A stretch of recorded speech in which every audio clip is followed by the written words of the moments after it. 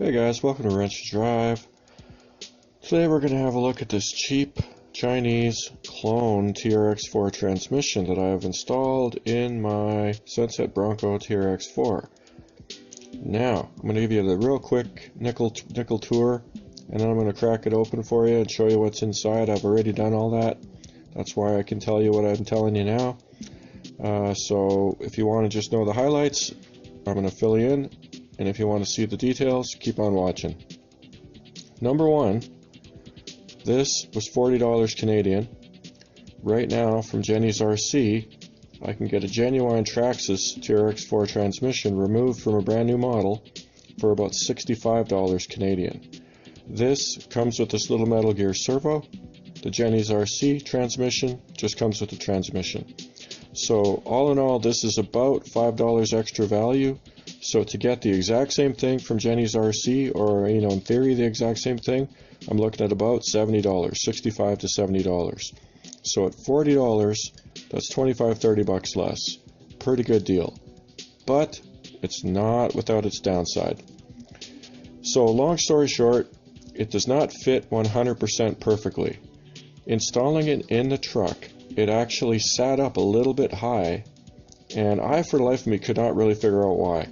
So all I did, when it don't fit, force it. So I used the screws to cinch it on down, and when I tightened up the screws, it took very little effort. So there was not much holding it up, just enough that I couldn't really push it in well with my fingers. So I cinched it in with the screws. When I took the screws back out, it didn't just pop out or anything. There was no damage to anything, so it wasn't being held up by much, but it was being held up a little bit. Then, when I put in the motor with the Traxxas motor mount, with the motor in the 11-tooth pinion position, it was too tight. There was not enough play in between the pinion and the spur gear. It was too tight, not proper gear mesh. So I set it from, I'm using the 11-tooth pinion, I put it in the 12-tooth pinion spot, tried it again. That seems to work okay, but very hard to tell because you kind of have to seal this up. So it might be a hair on the loose side.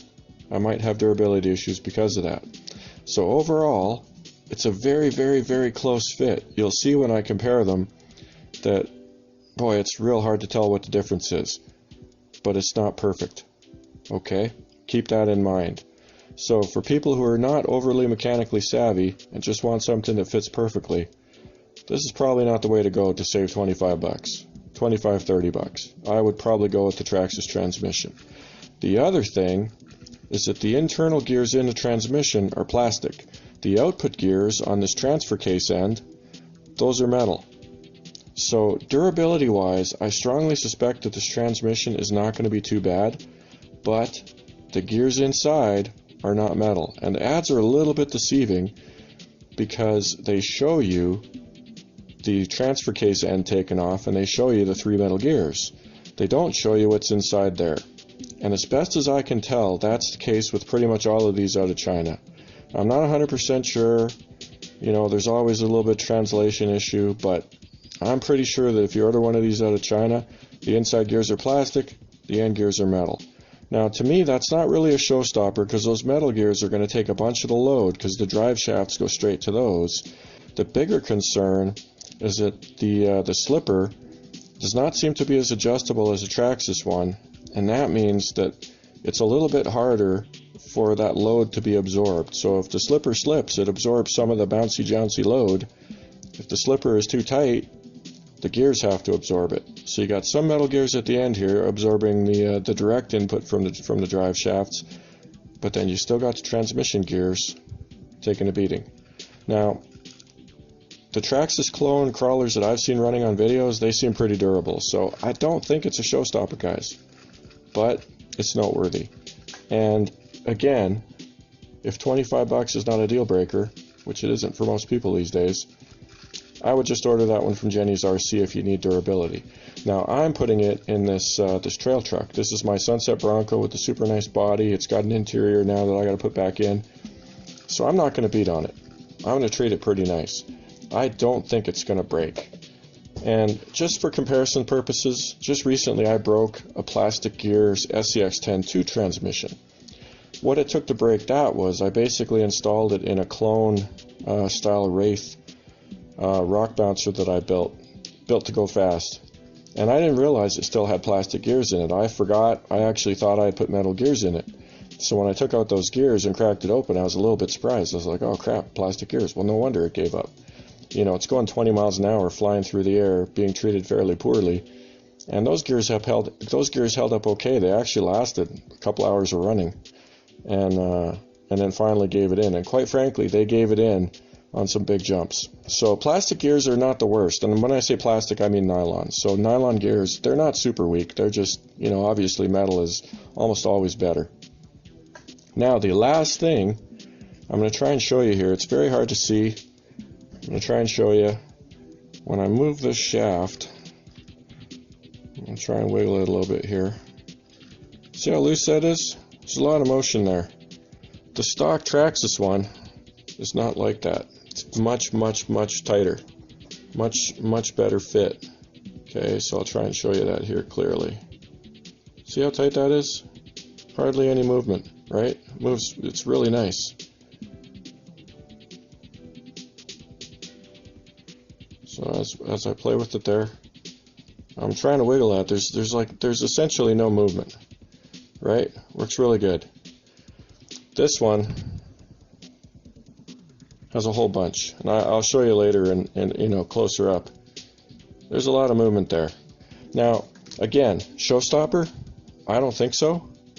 It seems to work fine. I've had no problems. I got it hooked up. I got the endpoints adjusted. It seems to work very nicely.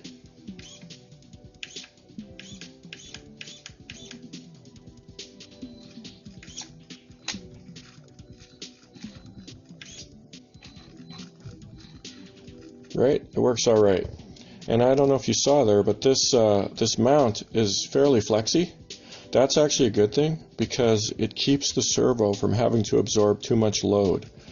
So when you set the endpoints properly, and then you have this flexible mount, and then and you shift gears, and it doesn't engage 100%, it's not straining things too terribly much, right?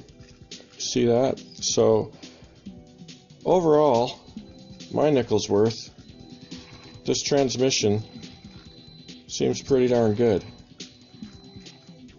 for the money. I would not pay top dollar. There's a lot of ads you can find where this transmission is $70 out of China, or at least one that I cannot, looking at it, tell you that it's any better. I would not pay $70 for it, obviously, because I can get a genuine Traxxas with, you know, I know top quality gears for about $65 to $70.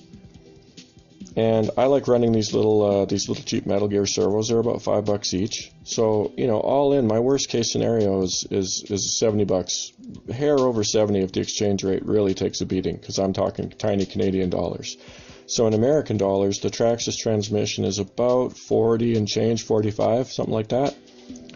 And this is what, 25 to 30. So, you know, there's some money to be saved, but I'm not sure if it's totally worth it, guys. That is the nickel's worth. Now, for me, I would give this 4 stars because I really don't think there's going to be a problem. You know, if I have a problem down the road, I'll give you an update for sure and let you know what it took to break this. But, you know, to me, I would give it, for myself personally, 4 stars because overall it's pretty darn good. You know, a little bit of an adventure getting it in there, a little bit of an adventure with the gears, with the gear mesh, but it's not a showstopper, and I really don't think it's a huge problem. I meant to do the math on the gear diameter, what a 1-tooth difference from 11 to 12 makes, just to see, you know, what's the worst possible play that I've created there, and I forgot. Sorry. There's a formula on the internet you can find very easily. I think if you search for gear diameter pitch formula, something like that, you'll find it. And you can punch in the pitch of the gears and the number of teeth, and it'll tell you the diameter of the gear. And then you can punch in, you know, 1 tooth bigger, and how much of a difference does that make in the diameter? That tells you, in theory, how much bigger around the gear is. And let's say the diameter changes by 0.5 millimeter. That's probably I kind of doubt that it changed by that much, but let's say it's 0.5 millimeter. That's quite a bit, but the gear mesh was super tight. Like, it was really tight. So 0.5 millimeter might be just the right amount I wanted that loosened up. You know, my gut says it's a hair loose, just by the way, how it sounds. Hard to say. So that's my 2 cents worth there. I don't think that's the hugest of big deals, guys. It's a minor annoyance if you like things perfect. Plastic gears, I think, will be reasonably durable. It seems to shift very nicely. The internals look just fine. They're just plastic.